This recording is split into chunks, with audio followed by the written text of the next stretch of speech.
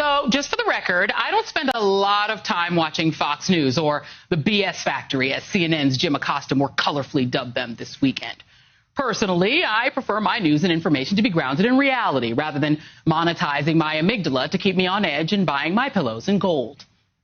However, according to Media Matters, The Root, Crooks and Liars, and others who watch Fox News so you don't have to, at least 3 times in the last month, Tucker Carlson took time off from badgering strangers in parks and bouncy houses to demand that they show him their children's unmasked faces to refer to moi as the race lady. The race lady. Why would he call me that? I mean, I used to run track in high school, but honestly, I'm not that fast. So what else could it be? What else could it be?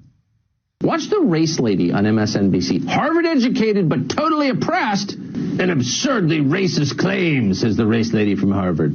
Joy Reid, the race lady over at MSNBC. Here's the race lady from MSNBC finally putting her Harvard degree to work.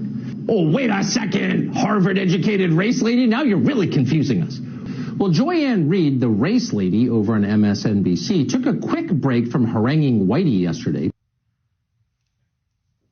Did he say Whitey? Oh, honey, Tuckems. Is this really about me fixating on race, or is it about you fixating on race? I mean, when you recently went off on me for continuing to mask up post-vaccine while jogging in crowded Central Park, you weirdly, as you did in that montage, threw in my attending Harvard. Now, I don't know, maybe I'm sensitive to this stuff, but it felt kind of like a dog whistle. I mean, did you want to go to Harvard? Did they reject you? And you think, oh, yeah, they let the race lady in. Blah, affirmative action, blah. Well, listen, let me cheer you up, okay?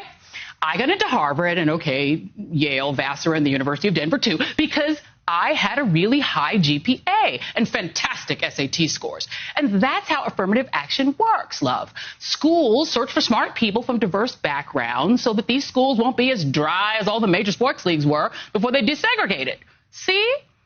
And just because, maybe you didn't have great grades and great test scores and needed your girlfriend's daddy to help you get into college doesn't mean that you don't have amazing people in your life who love you. I mean, you got all that Swanson money, right? Bitch sticks for everybody. Woo! And, you had fun at Trinity after, you got bought in, right? By the way, what was the Dan White Society? You know what? Moving on. And just because the CIA rejected your application, look, things turned out fine for you. You had a great career over here at MSNBC. Actually, that didn't work out. Well, look, you were great on CNN, though, until Jon Stewart kind of humiliated you. But it's fine. You're fine. Things are going great for you. And back to the whole race thing, just saying, I'm not the one who spools out over my neighborhood changing like I'm some segregationist housewife from the 1950s. That would be you, Tuckems.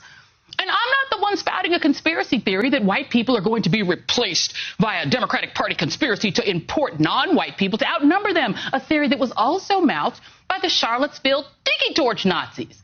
That would also be you. And the reason I continue to mask up in crowded places is because I don't know how many people in those crowds that I'm jogging around didn't hear about the court case where your bosses said that your show isn't news. So they listen to you like you are the news. And I don't trust that people who listen to you, Tuckems, are taking precautions against COVID rather than freaking out about a piece of cloth and busting into the Target to cough on all the cereal boxes like they're 17th century colonizers touting measles blankets with them. People like you and your friends and the BS Factory are keeping us steeped in COVID sickness and rage and paranoia. And the ways in which you, Lil Tucker, are making America worse are why I will continue to keep my mask on in a crowd. And we'll have more on your endless COVID hell that the Tuckers of our country, who, by the way, are the absolute worst, are helping to create.